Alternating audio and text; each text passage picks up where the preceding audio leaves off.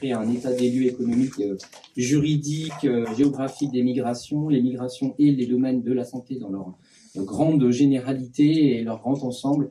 Eh bien, on va se pencher désormais sur l'étude des migrations dans les domaines du vivant, y compris les migrations animales. Et donc, pour commencer, c'est Paul Verdu qui va ouvrir le bal.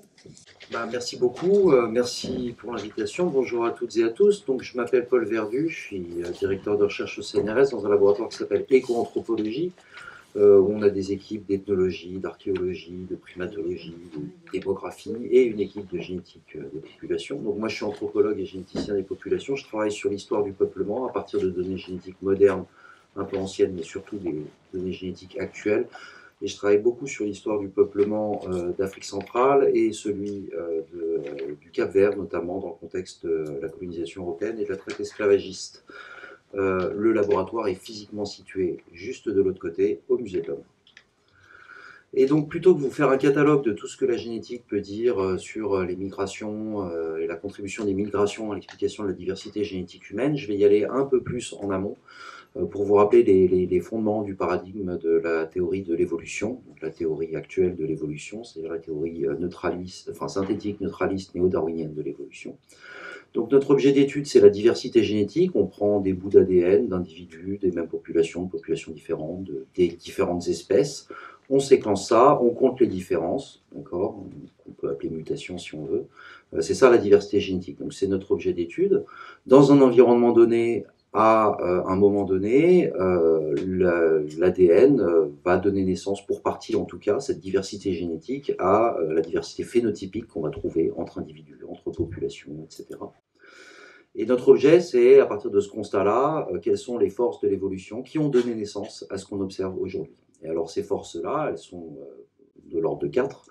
La mutation, qui par définition est la seule force qui crée de la nouveauté d'une génération à la suivante, quelle que soit la façon dont ça arrive, voilà, une séquence d'ADN, vos parents portent un A, vous portez un T, il y a eu une mutation, c'est la seule force qui crée cette nouveauté, qui crée la diversité génétique, et les autres forces qui ne la créent pas, mais qui changent la façon dont elle se distribue à l'intérieur et entre les populations.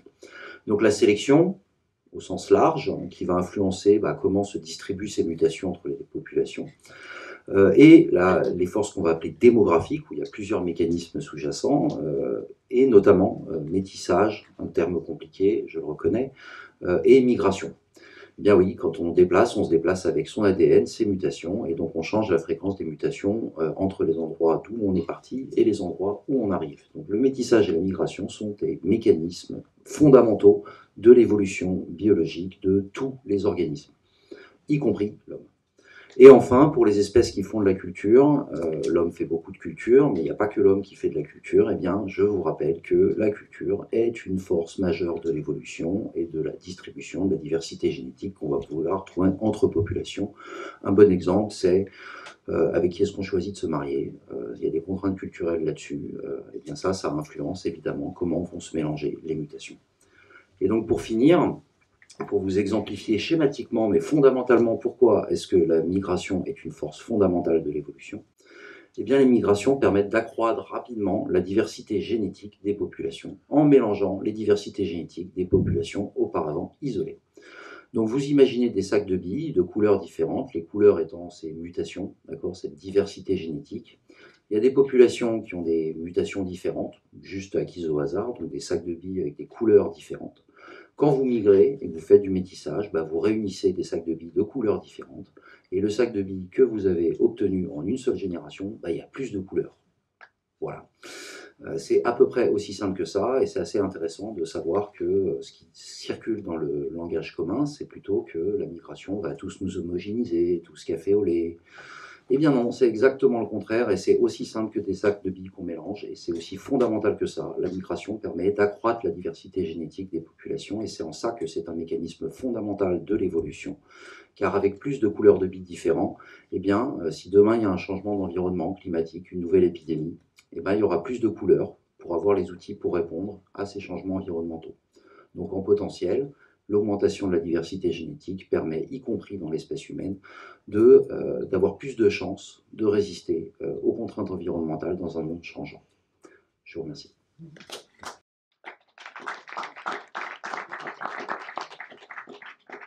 beaucoup. Du coup, on va enchaîner. On change un peu de niveau. Voilà. On va passer développement cortical et pathologie. Oui, donc bonjour, merci beaucoup aux organisateurs, organisatrices pour cette journée vraiment très intéressante. Je vais vous parler de la migration cellulaire et je me présente, Fiona Francis, je suis directrice de recherche. Je travaille dans une unité INSERM aujourd'hui à Paris, l'Institut du Fer à Melun. Donc, juste pour vous donner une idée de notre recherche, nous sommes un institut de neurosciences et nous sommes une centaine de personnes organisées autour d'une huitaine d'équipes. Et là, c'est très chargé comme information, mais c'est juste pour vous donner une idée que nous allons s'intéresser au développement et à la fonction du cerveau. Et moi, je vais vous parler principalement du développement du cerveau, parce que c'est ça qui m'intéresse. Bien sûr, on va s'intéresser aux maladies neurologiques et psychiatriques. C'est vraiment la base de notre travail pour essayer de mieux comprendre toutes ces maladies du cerveau. Pour mon équipe en particulier, comme je viens de dire, nous nous intéressons au développement du cerveau et vraiment le développement du cortex cérébral. Comme vous le savez, le cerveau humain, ça va avoir beaucoup de plis. En fait, on parle des gyri et des sulci. C'est l'organisation d'un grand nombre de neurones dans le cerveau. Et il se trouve qu'il y a des maladies d'enfance, heureusement très rares, où les enfants, quand leur cerveau vont développer, ils vont avoir des cerveaux avec soit des cerveaux lisses carrément, soit des cerveaux avec beaucoup moins de plis. On parle de la lysencéphalie. C'est associé à des retards de développement, de l'épilepsie, des déficiences intellectuelles, comme vous pouvez imaginer. Et pour essayer de comprendre ces maladies, on doit s'intéresser au développement du cerveau. Tout ça se passe pendant le développement. Une chose très intéressante pour le développement du cerveau, c'est le fait que en fait, les neurones vont se naître dans des régions très très profondes, près des ventricules cérébraux. Et en fait, à cet endroit, il y a des cellules qui vont se diviser pour amplifier la population de ces cellules. Les neurones seront nés à ces régions-là et ils vont migrer de très longues distances pour atteindre les régions plus près de la surface du cerveau. Ils vont s'installer dans des couches corticales et avec beaucoup plus de neurones, des tensions mécaniques, ça va former en fait des plis, les gyri et les sulci. Donc nous, on s'intéresse à tous ces processus et au processus de migration. Et en fait, normalement, pour la plupart des personnes, on va avoir 6 couches corticales très bien organisées avec des neurones avec de différentes fonctions. Et on trouve que chez les patientes qui ont une lysencéphalie, il y a 4 couches anormales. Et on va voir ça même en image de résonance magnétique. On va voir une différence entre la matière grise et la matière blanche. Et on peut vraiment distinguer ces différences. Donc tout ça parce qu'on sait que les couches corticales s'est formé à la base de la migration neuronale. Les cliniciennes, ils vont appeler ça un trouble de la migration neuronale. Donc la migration, c'est très important pour la formation d'un cerveau normal, on peut dire. Et comment est-ce qu'on va aller plus loin pour essayer de comprendre comment ce problème va survenir? En fait, on va commencer avec la génétique humaine. On a déjà parlé de la génétique. Cette fois-ci, c'est une analyse de l'ADN des patientes pour essayer d'identifier des séquences anormales. Et en fait, une partie de ça, c'est montré ici, où j'ai cette étoile pour montrer un pic qui est vert chez le patient par comparaison avec ce même pic qui est noir en fait chez les parents ou chez les autres individus normaux.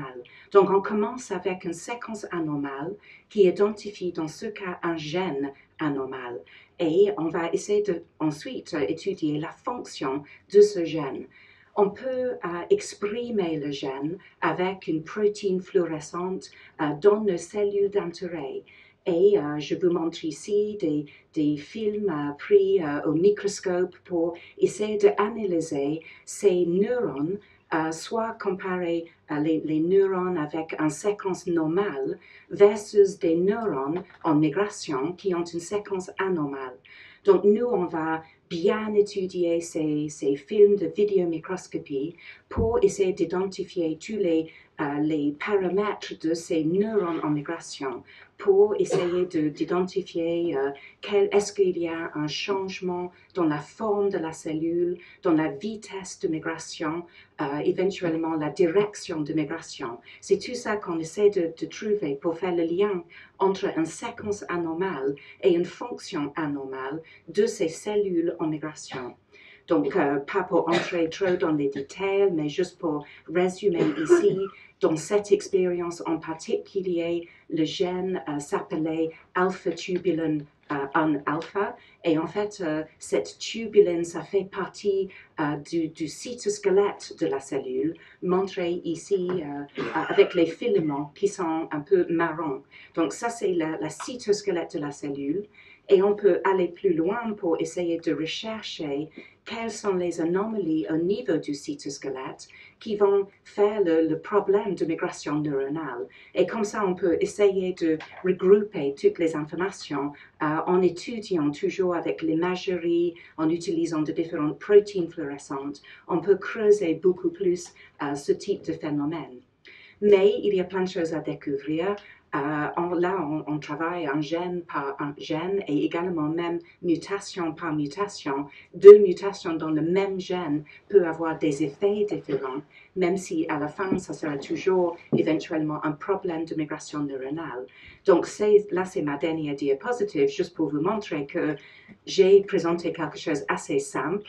Pour ces cellules qui sont les neurones en migration montrées en rouge, en fait, ces cellules vont interagir avec plein d'autres cellules pour arriver dans les régions près de la surface du cortex. Et ils vont interagir avec d'autres cellules, ils vont recevoir des signaux de la matrice extracellulaire qui vont les guider jusqu'aux surfaces. Et tout ce que je suis en train de vous montrer, c'est un seul mode de migration, parce que pendant le développement de nos cerveaux, et même pendant le fonctionnement de nos cerveaux, il y a plusieurs différents modes de migration. Donc il faut essayer de comprendre tout ça, essayer de comprendre pourquoi c'est important. Mais le message principal de tout ce que moi je voulais vous dire, c'est que si les neurones montrés en rouge là ne migrent pas correctement, ça va avoir un impact énorme sur l'architecture du cerveau et le fonctionnement du cerveau aussi. Il faut que les neurones, à la fin, ils sont au bon endroit. Merci.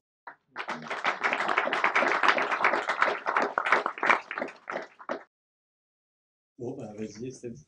Merci. Donc, moi, je suis Estelle Fauré, je suis enseignant-chercheur au laboratoire Éconif de l'Université de Rouen et mathématiques. Alors, c'est un peu plus large échelle, c'est de l'écologie et en particulier de l'écologie des communautés végétales.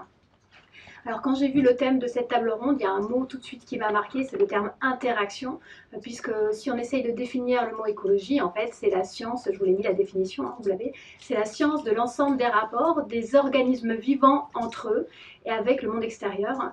Et vraiment, donc, dans cette définition, hein, l'ensemble des rapports des organismes vivants, c'est vraiment ces interactions en fait qui sont essentielles en écologie et qui constituent un peu la colonne vertébrale de nos écosystèmes et de leur bon fonctionnement.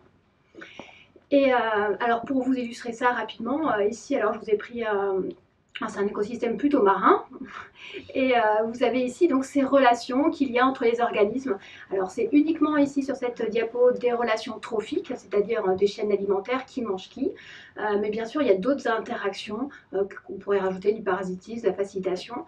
Alors l'objectif, c'est pas de vous faire un cours, et puis je crois que Jean-Louis va vous reparler des interactions, mais c'était pour vous dire, voilà, ces espèces, elles sont étroitement liées les unes aux autres, et si on en enlève une, on peut avoir un effondrement d'écosystème.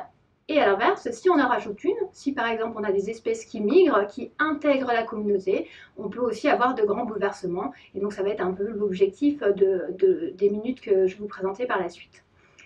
Et donc je vais vous parler de ces espèces qui arrivent, qu'on appelle les espèces exotiques envahissantes. Alors pendant longtemps on appelait ça invasive, alors on ne dit pas espèces migrantes, je ne sais pas pourquoi, c'est voilà, espèces invasives ou exotiques envahissantes.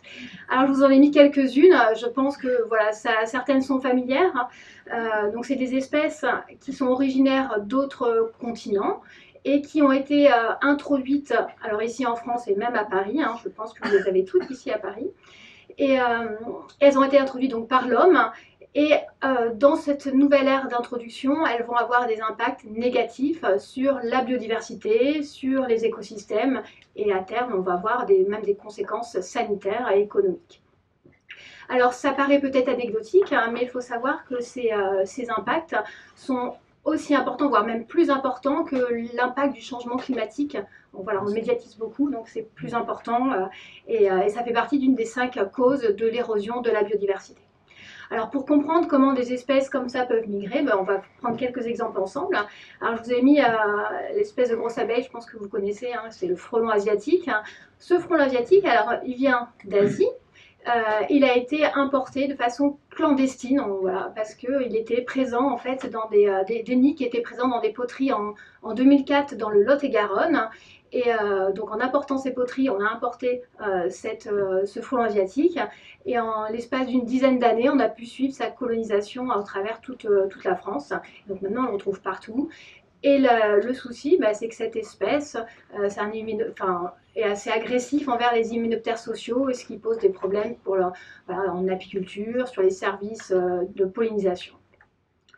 Un autre exemple, par exemple, alors vous avez le ragondin.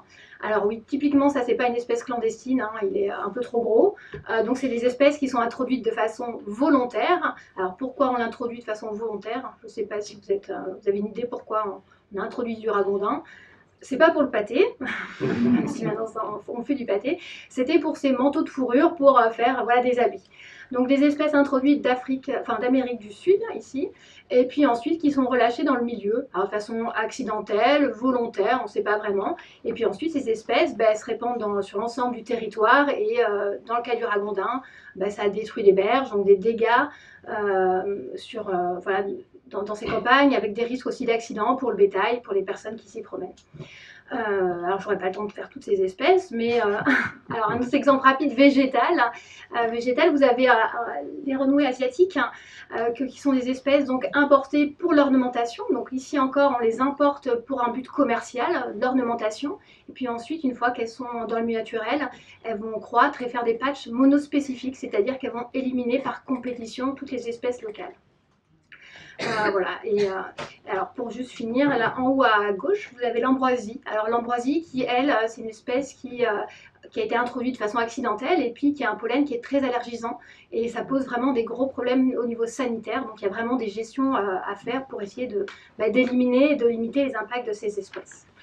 Voilà, donc vous aurez compris, ces espèces, c'est un problème émergent. Alors certaines, elles ont été introduites il y a quelques années, voilà, je vous dis 2004. D'autres, c'est au 19e siècle, donc ça s'est écoulé.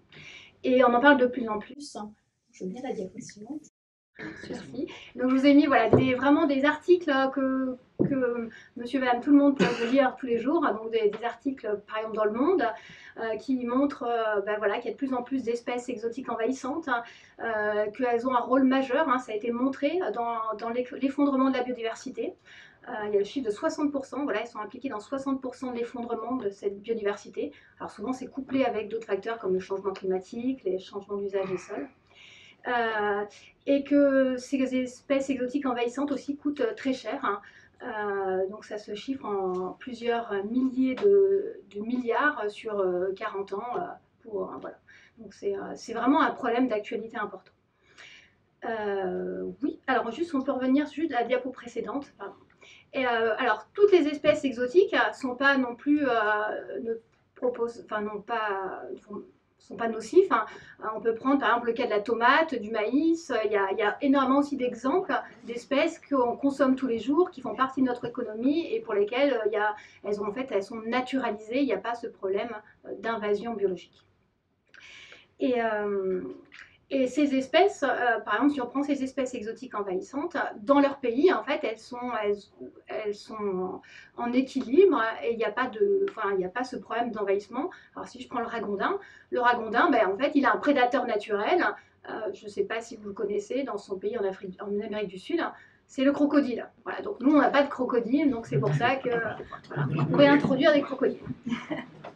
Voilà, donc c'était vous parler un peu de ces espèces exotiques envahissantes. Et un autre, alors au-delà de la perte d'espèces, on a aussi un problème qui revient, évoqué, c'est aussi le problème d'homogénéisation en fait biotique.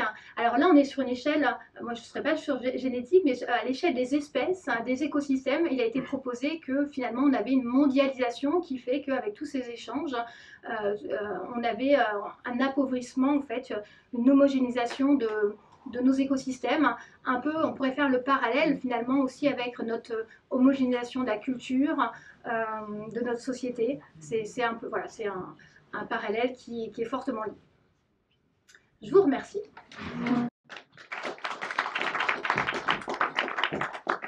Donc Jean-Louis, tu vas pouvoir finir et puis après on prendra les questions. Bonjour, donc Jean-Louis Martin, je suis écologue, rattaché au Centre d'écologie fonctionnelle et évolutive à Montpellier. Et je remercie Estelle pour avoir déblayé un peu le terrain. Comme l'a dit Estelle, l'écologie, c'est par essence la science des interactions, donc entre les êtres, mais aussi entre les êtres vivants et leur milieu. Et dans ce contexte-là, là aussi Estelle l'a évoqué, l'écologie trophique se concentre sur les interactions entre qui mange qui et qui se fait manger. Donc il y a les relations alimentaires, donc un exemple simple, c'est le lien qui unit le prédateur et sa proie. Alors, Estelle l'a évoqué aussi, la structure et la complexité des réseaux trophiques va avoir un lien direct avec la stabilité et le type de population qui pourront faire partie de ces réseaux. Et ces interactions ont souvent été appréhendées en termes de compétition entre espèces, entre composants de ces réseaux, donc une sorte de métaphore de la lutte pour la vie.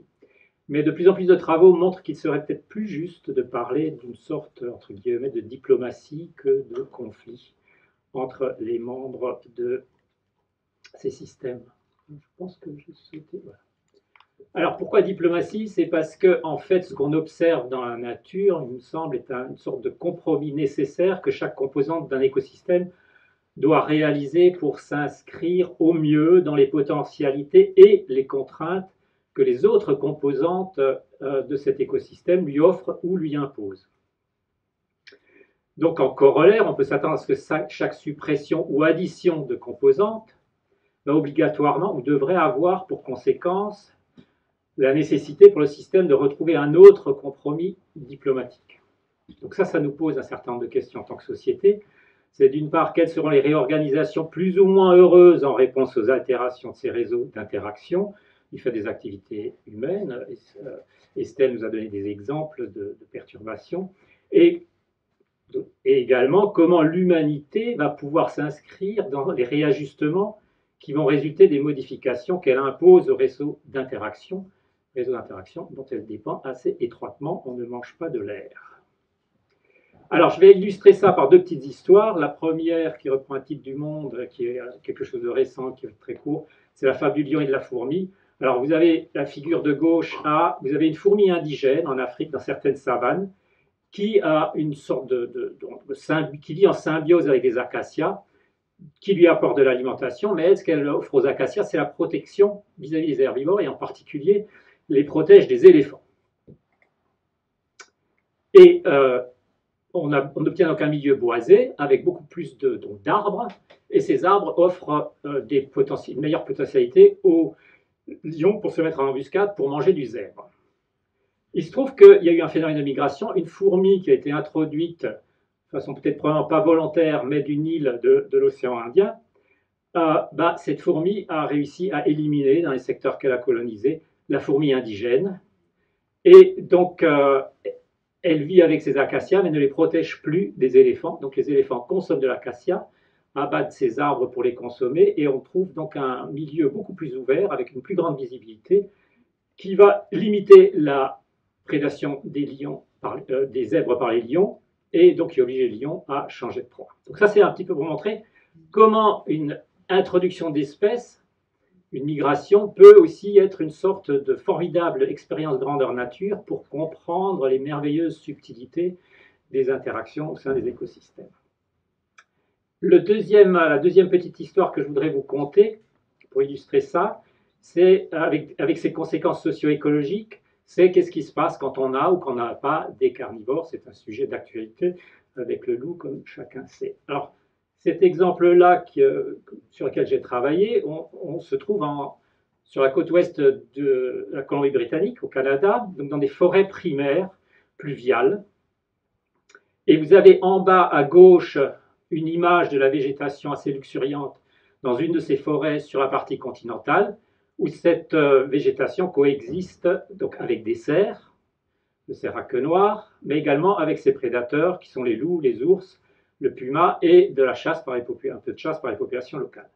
À droite, vous avez un milieu tout aussi luxuriant, mais qui cette fois-ci, c'est une image d'une photo qui a été prise sur une île de l'archipel de Haida Gwaii, que les cerfs n'ont pas colonisé après les glaciations, et qui montre donc toujours un paysage luxuriant, mais dans une situation où il n'y a ni herbivores, ni leurs prédateurs. Mais par contre, si vous étudiez la végétation, vous avez deux situations où la végétation, finalement, réussit un équilibre tout à fait comparable, mais dans un contexte très différent. Donc, on retrouve cette image, et simplement pour montrer que dans ces forêts pluviales sur cet archipel, en l'absence donc de cerfs et de leurs prédateurs, on a non seulement une végétation luxuriante, mais que d'un endroit à l'autre d'une même île, on peut avoir des faciès dominés par des plantes très différentes, donc une grande diversité spatiale de la végétation. Alors, qu'est-ce qui s'est passé entre-temps? C'est que les Européens sont arrivés sur cet archipel, ils se sont dit, il manque des choses ici, ce qu'on ne connaît pas n'existe pas, et donc ils ont décidé de lâcher des cerfs à queue noire à la fin du 19e siècle. Et là, en petite illustration, qu'est-ce qui se passe sur ces îles après plusieurs décennies de présence des cerfs? Vous voyez que le sous-bois est dépourvu de végétation, donc on a perdu plus de 90% du couvert végétal. Vous avez une régénération des arbres qui est soit supprimée pour certaines espèces, soit retardée pendant des décennies, comme ici ces bonsaïs d'épicéa, et des plantes, comme ici ce mort-vivant, qui ne s'installent plus. Donc là, vous êtes sur une île, si vous vous mettez sur la côte d'une de ces îles où les cerfs sont présents depuis plusieurs décennies, vous avez surtout du rocher, quelques plantes un peu malingres et aucune trace de floraison. Par contre, si vous allez sur l'île voisine et vous accostez sur la côte, qu'est-ce que vous observez? Vous observez ça. Donc les rochers ont quasiment disparu sous la végétation, et vous avez une grande diversité de plantes et elles arrivent à se reproduire puisqu'on voit de jolies fleurs. Alors, effet cascade sur les invertébrés. À gauche, vous avez ce que vous avez dans votre besace au bout d'une journée d'échantillonnage, beaucoup d'espèces et beaucoup d'individus par espèce. À droite, vous avez un échantillonnage, donc même pression d'échantillonnage d'une journée sur une île où les cerfs sont présents depuis plusieurs décennies. Vous avez très peu d'espèces et en général qu'un seul individu par espèce. Vous avez une situation intermédiaire sur les îles qui ont été colonisées plus récemment par ces cerfs. Ces cerfs sont déplacés du point d'introduction à la nage d'une île à l'autre. Répercussions sur la vie faune, toutes les espèces donc en bas qui dépendent du sol et au milieu des buissons pour se reproduire ou pour s'alimenter montrent un déclin fort déclin dans leur population lorsqu'on passe des îles où il n'y a pas de cerfs à des îles où les cerfs sont présents depuis plusieurs décennies. Donc voilà, un effet en cascade. On va également regarder ce qui se passe dans le sol. Eh bien, sur les îles qui n'ont pas été colonisées par les cerfs, l'horizon noir du sol dépasse les 70 cm. Sur les îles qui ont été colonisées depuis longtemps par les cerfs, cet horizon noir est squelettique, quelques centimètres. Et donc ça veut dire tout un changement dans la capacité des sols à stocker du carbone. Est-ce que c'est irréversible? Non, on a fait des expériences de chasse contrôlée avec donc des chasseurs locaux sur 2 îles. Et on constate au bout de 10 ans un retour de la végétation avec de nouveau une diversité d'un endroit à l'autre. Je ne peux pas vous montrer toutes les images, donc juste ça c'est un exemple, c'est un petit peu comme avant et après la greffe de cheveux. Donc pour les oiseaux, c'est pareil, on constate que ces espèces qui étaient donc en régression arrivaient à reconstituer leur population au bout d'une décennie. Alors cette image, juste pour vous dire que dans ces îles, malgré la différence de végétation, on a toujours des fortes densités de cervidés. Elles ne diminuent pas beaucoup. Et ça, je ne vais pas rentrer dans les détails, mais c'est lié à des changements drastiques dans leur profil de comportement. Sur les îles où les cerfs sont présents depuis longtemps, où il n'y a pas de chasse, pas de risque, ce sont des animaux extrêmement peu farouches et qu'on peut suivre pendant des heures pour regarder ce qu'ils mangent. Voilà, donc pour ma petite histoire, un petit peu qu'est-ce qu'on peut en tirer comme conclusion sur deux images, 2 diapos, sur la question de qu'est-ce qui se passe dans nos systèmes socio-écologiques en présence d'ongulés sans prédateurs. C'est ce qui se passe aujourd'hui dans la plupart des régions d'Europe, où on a de très fortes populations d'ongulés. Cette forte population, c'est multifactoriel. Résultat, en France, plus de 50% de la forêt française souffre d'un déficit important de régénération des arbres, avec des effets attendus, quelquefois documentés, sur la flore et la faune. Pour l'agriculture, ça veut dire 50 millions d'euros de dégâts du fait des grands ongulés, et également des conséquences avec des collisions automobiles avec le grand gibier. Je vous donne quelques exemples, mais ça veut dire que ça coûte des sous, ça coûte des vies humaines et ça entretient des blessures importantes.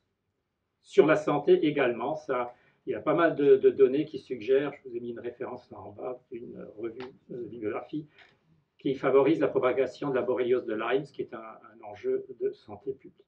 Donc ça, on a des herbivores, on n'a pas de contrôle très fort sur ces populations. Alors qu'est-ce qui se passe si on rajoute, ce qui s'est un peu passé en France, des loups, des prédateurs, et ces loups qui, pour de bonnes raisons, sont surtout vus par le prisme des sérieuses difficultés qu'ils posent aux éleveurs, psychologiques et matériels, donc des effets, mais c'est ces effets négatifs qui sont faciles à quantifier, faciles à documenter, faciles à tester. Mais par contre, il y a pas mal de résultats qui suggèrent qu'il y a des éventuels avantages écologiques et sociétaux de la présence des prédateurs, mais le problème c'est qu'ils sont indirects et très difficiles à mettre en évidence.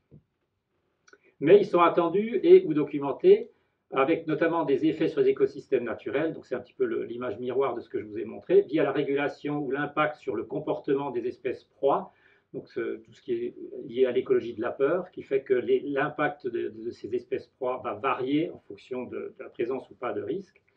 Direct et indirect donc sur la végétation du sous-bois, régénération des arbres, donc ça a été montré par certaines études. Voilà, je ne vais pas aller plus loin là-dessus. Et donc mais il y a aussi, et c'est plutôt là que je voudrais insister, c'est que l'élimination en présence de loups, donc de choses qui ont été bien attestées maintenant, que la présence de loups dans certaines régions où il y a des sangliers, a éliminé la tuberculose bovine et la peste porcine, et ça c'est quand même des enjeux assez cruciaux actuellement, et des impacts à attendre ou à tester sur la santé des humains via la réduction des collisions de la grande faune. Donc là, il y a des travaux qui ont montré dans certaines régions d'Amérique du Nord que ça pouvait aller jusqu'à moins de 30% de morts par collision avec le grand gibier. Encore une fois, ce sont des choses très difficiles, ce n'est pas des choses faciles à démontrer. Et également des possibles impacts sur l'incidence de la maladie de Lyme du fait de leurs effets sur une population. Donc, le message que je voudrais transmettre par ces exemples donc, sur interaction au sein des écosystèmes, si on ajoute un composant, on enlève un composant et on regarde un petit peu comment ça bouge, c'est que d'une part qu'il ne s'agit pas de diaboliser les grands ongulés, Dieu m'en préserve, ni de sanctifier leurs prédateurs, mais un petit peu d'avoir une vision du réseau d'interaction dans lequel tout ça s'inscrit, et des effets de la présence ou de l'absence de ces composantes sur le fonctionnement d'un socio-écosystème, donc à savoir ce fond écologique, mais également sur les avantages ou les inconvénients de la société pour essayer de décider en meilleure connaissance de cause. Je vous remercie.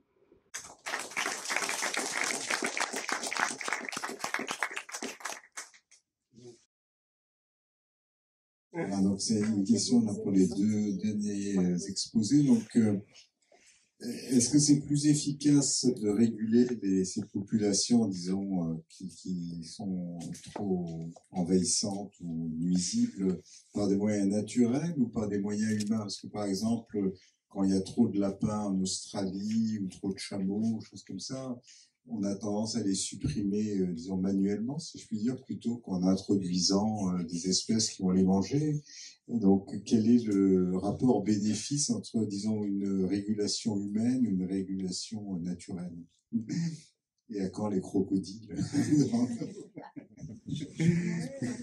Sur la partie, enfin, sur les espèces exotiques envahissantes, j'ai pas de cas d'introduction d'une espèce, du coup, d'un prédateur naturel qui ait vraiment marché de façon efficace. Et en effet, l'exemple du lapin qui était invasif en Australie, voilà, ça en est bien un en fait. Pour lutter contre ce lapin invasif qui s'est échappé voilà, d'enclos, on a introduit son prédateur naturel en disant chouette, ça, voilà, et on a donc. En mettant le renard en Australie, on a fait une espèce exotique envahissante de plus, puisque le renard s'est dit, bon, bah, y a un lapin qui court vite, il y a des petits marsupiaux, bon, bah, il a exterminé des marsupiaux. Et donc maintenant, la solution qu'ils ont, bah, c'est des solutions très coûteuses. Bah, ils ont mis alors, des clôtures sur des distances... continentales. Sur le continent, voilà, essayer de limiter la propagation. Et voilà, voilà, donc c'est aussi pour les chats, c'est aussi alors donc voilà, je sais pas, voilà, jouer l'apprenti sorcier en modifiant nous-mêmes les réseaux trophiques, j'ai pas de cas où ça a bien fonctionné. En agriculture, ça c'est fait. En agriculture peut-être, mais sur des espèces comme ça qui sont introduites depuis pas. Oui, ça se fait beaucoup en agriculture, c'est le principe de la lutte biologique où on va chercher les espèces, les prédateurs, alors c'est souvent des parasitoïdes, d'espèces invasives pour lutter contre... Voilà, mais sur les espèces exotiques envahissantes, souvent, on n'a pas un recul non plus nécessaire et elles ne sont pas non plus... c'est pas en équilibre stable. On pourrait aussi citer, par exemple, les coccinelles invasives qu'on a introduites en lutte biologique et en fait, qui sont... Voilà, mais oui, après... oui, c'est vrai que si on prend les cas spécifiques d'agriculture, heureusement. Enfin, je veux dire, juste un petit complément. En fait, il faut distinguer la lutte contre l'introduction, ça c'est toujours une mauvaise. Enfin, quasiment toujours, on met à côté l'agriculture. Parce que même là, il y a eu des problèmes, mais c'est rarement une bonne idée. Par contre, le retour naturel de composants dans les écosystèmes, comme dans le cas du retour des loups, par exemple, en Europe, là, on restaure une structure qui a l'habitude de vivre ensemble. Donc, ce n'est pas la même chose. Donc, il faut bien distinguer. Ce serait tout à fait une différente histoire d'introduire du tigre ou du lion.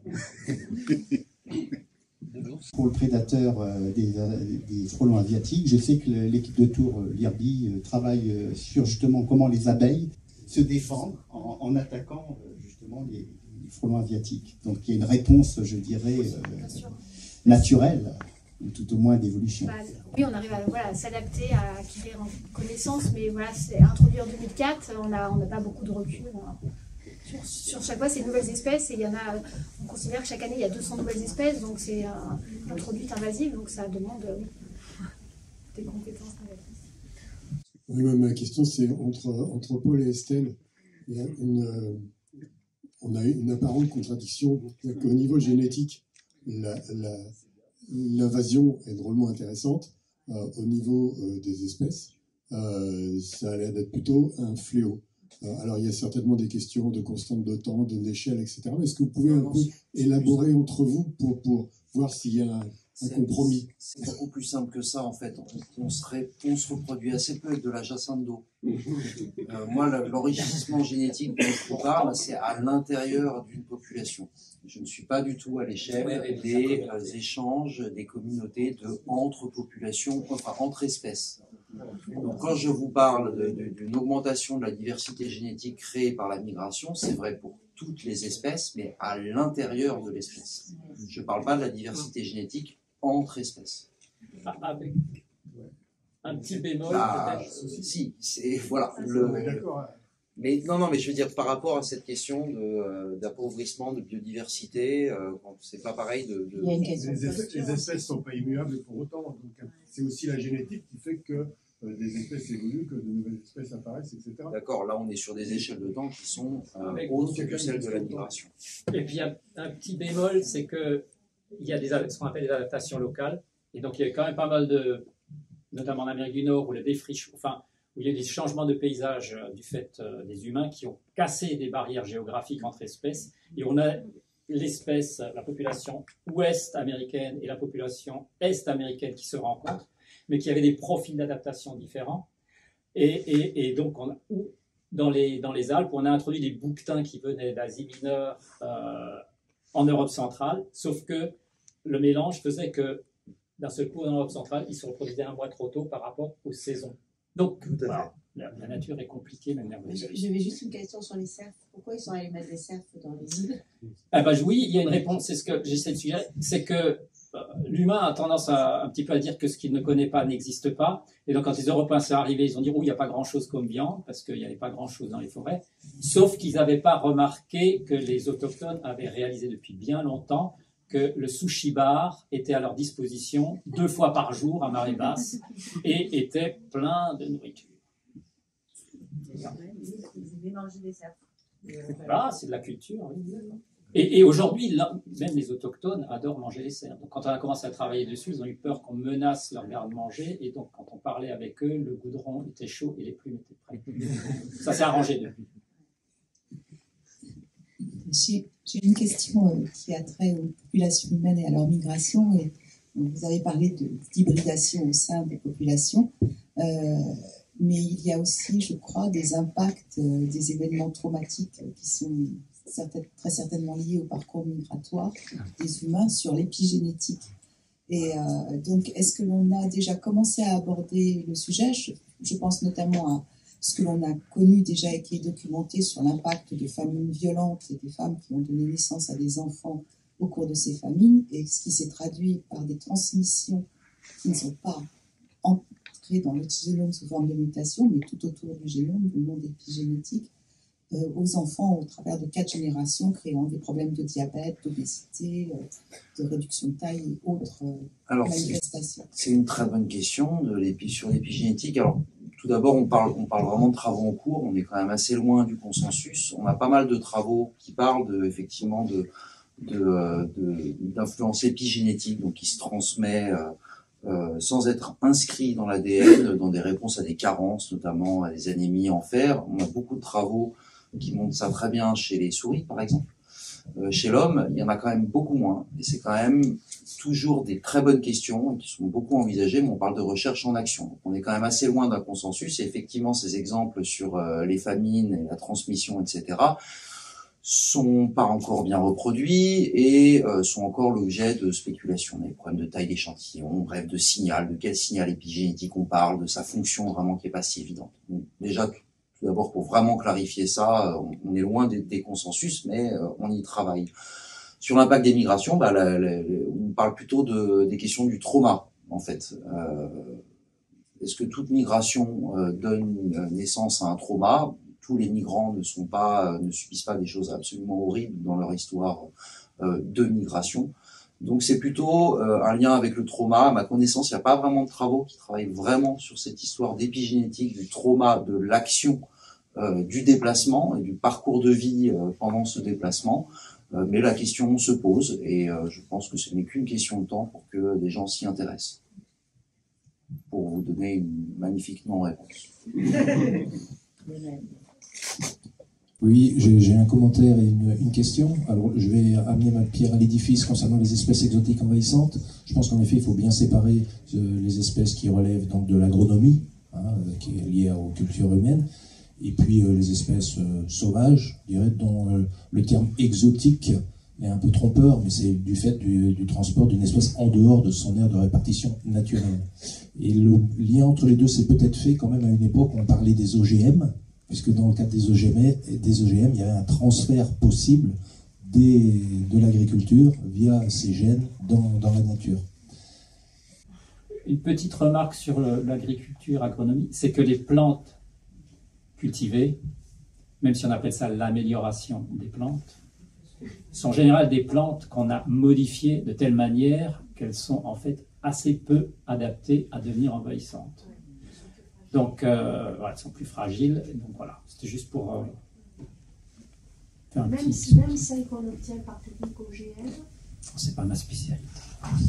Peut-être qu'on peut faire des OGM envahissants, je ne sais pas. Il ne faut pas donner de mauvaises idées quand même. Oui.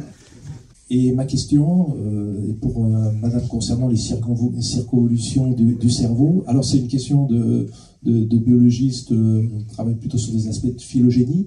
Je sais que chez les hérissons, justement, le cerveau présente très peu de circonvolutions. Donc, est-ce que vous avez une explication mécaniste à cet aspect, voilà, d'une manière un peu plus comparative? C'est une question très intéressante et il y a en fait des équipes qui s'intéressent à toutes les différentes espèces pour essayer de mieux comprendre si, par exemple, le cerveau humain avait des plis et, par exemple, les rongeurs ou les hérissons n'ont pas de plis, lequel était devant l'autre. Et il y a certaines personnes qui pensent que, en fait, les styles d'animaux qui n'ont pas de plis, qu'ils ont perdu leurs plis. La seule chose qui sort pour le moment, et c'est vraiment un sujet assez inconnu, c'est le fait que le plus grand le cerveau est, le plus probable est qu'il y aura des plis. Et donc on fait une association, une corrélation entre le nombre de neurones et le fait qu'il faut avoir des plis pour incorporer tout ce cerveau dans un crâne d'une taille raisonnable. Mais sauf ça, je ne peux pas vraiment répondre plus à la question. C'est une question vraiment très intéressante pendant l'évolution de s'intéresser aux circonvolutions du cerveau. Oui, j'avais une question sur la biodiversité, donc il est un peu en relation avec la première partie de la question des collègues là, qui parlaient d'agronomie. Donc j'aurais voulu savoir si on s'intéresse aux animaux domestiques plutôt qu'aux espèces sauvages, donc, et leurs conséquences sur la biodiversité, quel est leur poids. Par exemple, on a entendu parler des chats qui déciment les populations d'oiseaux, ce que ça représente par rapport à des exemples que vous avez donnés sur des espèces exotiques, on va dire, envahissantes. Alors, j'ai pas un classement, vous pouvez retrouver sur internet un classement des espèces exotiques les plus dangereuses, et le chat, je crois que c'est le 2e ou 3e espèce qui est responsable du plus grand nombre d'extinctions d'espèces directement, puisqu'il a été introduit sur des îles. Et donc oui, c'est un peu un sujet délicat. Quand j'en parle avec mes étudiants, les chats, il ne faut pas trop en parler, ils ont du mal c'est sensible comme sujet. Mais alors j'avais des collègues qui étaient sur les îles vers Port-Cros, en fait, qui avaient un problème de conservation parce qu'il y a des chats sur l'île, et une façon de pouvoir limiter en fait la disparition, alors notamment c'était les oiseaux, c'était alors interdire les chats aux habitants, c'était compliqué, et donc ils avaient réussi à négocier, mais ça a été compliqué, que les chats restent dans les maisons. Et donc oui, les espèces domestiques, en tout cas le chat, c'est vraiment connu. Et c'est comparable aux espèces quasiment envahissantes alors? On peut la considérer comme une espèce exotique envahissante, et c'est souvent dans les classements, Quand on va en Grèce et dans d'autres pays, en particulier dans les Cyclades, il y a des chats partout, et ça sent pas l'urine, il n'y a pas de rats, et il y a des oiseaux. Et ils n'ont pas de cloche autour du cou. J'aimerais savoir si vous avez une explication. Si je peux me permettre un complément, il y a 5 espèces de lézards endémiques de Grèce qui ont disparu depuis l'introduction des chats. Mais on les voit moins que les oiseaux. Non, mais une des réponses, c'est que, voilà, si vous habitez dans votre jardin, si vous avez des rouges-gorges, ils vont être beaucoup plus exposés, se nourrissant au sol, aux chats, que les mésanges ou que les étourneaux qui sont là-haut. Donc en fait, oui, il y a peut-être des oiseaux, mais bon, il faudrait savoir quelle est la biologie des espèces qui sont encore présentes, et peut-être que si on regarde bien, il y a peut-être un biais. Voilà. Après, il ne faut pas non plus, il faut pas diaboliser les cerfs, il ne faut pas diaboliser les chats. C'est juste que, voilà, là où on a des chiffres, c'est quand même pas anecdotique, quoi. Et donc la question doit être posée. Voilà. On place souvent l'homme plus haut niveau de l'évolution, mais on pourrait peut-être s'interroger sur les problèmes, je dirais, si on ne joue pas les apprentis sorciers. Si on prend la lumière, on voit bien que du point de vue de la reproduction, certains animaux ne peuvent plus se reproduire parce qu'il y a trop de lumière et que ça a des incidences. Donc voilà, c'était simplement une réflexion par rapport à ça. Après, je me permets juste sur l'homme, le sommet de l'évolution. C'est pas l'évolution qui le dit, ça. Hein. C'est une vision téléologique à la limite, mais c'est sûrement pas une vision de l'évolution. Hein. C'était une boutade. Oui, il faut juste faire vachement attention avec ces boutades-là. Donc on va clôturer là cette session en remerciant les orateurs.